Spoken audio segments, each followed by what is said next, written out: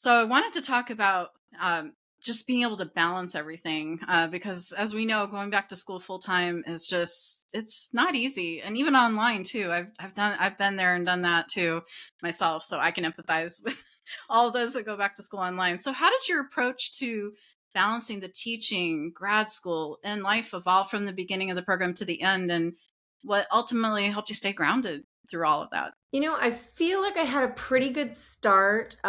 First of all, I'm now solidly into my career. So this is my 23rd year of teaching. So I have a set of organizational tools that have served me well for many years, and I just made sure to really adhere to them. So making sure that everything that I have for my classroom, I set aside time for those things to happen, making sure that everything I needed for my demonstration teacher position, I set aside time for those things to happen. So being sure to block off specific schedule areas and say, this is the time that I'm going to do X, Y, and Z, and I will not waver from that. That really helps to make sure that you start structured and you end structured.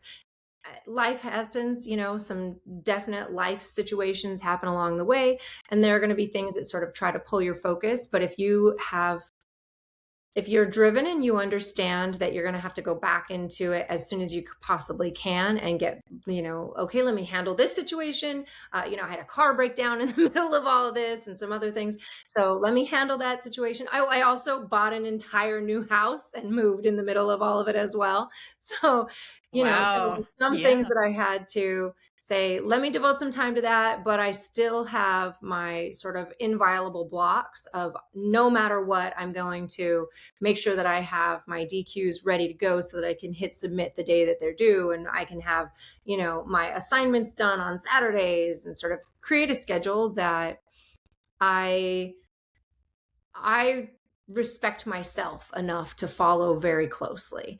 And just making sure that any sort of executive dysfunctions to which I'm prone, we all have some, that I had planned for those in advance. I also did the entire thing in a pretty short span because I did a course overload and had a couple of overlapping classes a few times. So I did it all in 10 months, which was definitely a very quick pace to try to get it done. Um, Something that helped me is actually something that I work with my elementary students. I teach sixth grade this year, but I've been every grade except for third at some point in my career. And I've always worked with them to sort of create a mantra that would work for you, where it's just something you say to yourself if you're having a really hard time. And my personal one is I can do hard things. And I told my kids, like I say I can do hard things, and they say to me too, because I tell them like never forget you can do hard things. Like it might be challenging, but you're going to persevere because you're capable of doing hard things. So I made a joke like I've had to say I can do hard things to myself so much in this past year that my dog is probably going to start speaking English, and if she does, her first words are I can do I hard can do things. hard things.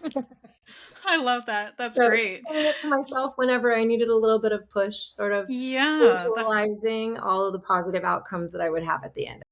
absolutely. I love that. And taking that proactive approach is so important, especially in graduate school and if you're going online. I did the same thing that you did. I would have all my DQs done. Our weeks were a little bit different at Walden, but they would start on Sunday and on Saturday. So we had that traditional week, of the way it would start. But every Sunday I'm like, okay, this is the new week, and let me put the DQs in a Word document, start typing them out, get my references. Okay, start working, see what how am I gonna approach the assignment, so that way it wasn't like always a last minute ditch Right. effort of trying to do things, and that staying organized. And yeah, because you just never know, life can just throw you a curveball, and if you're not Yeah. prepared Sometimes you have to buy a new yeah. house halfway through, you never know. Right.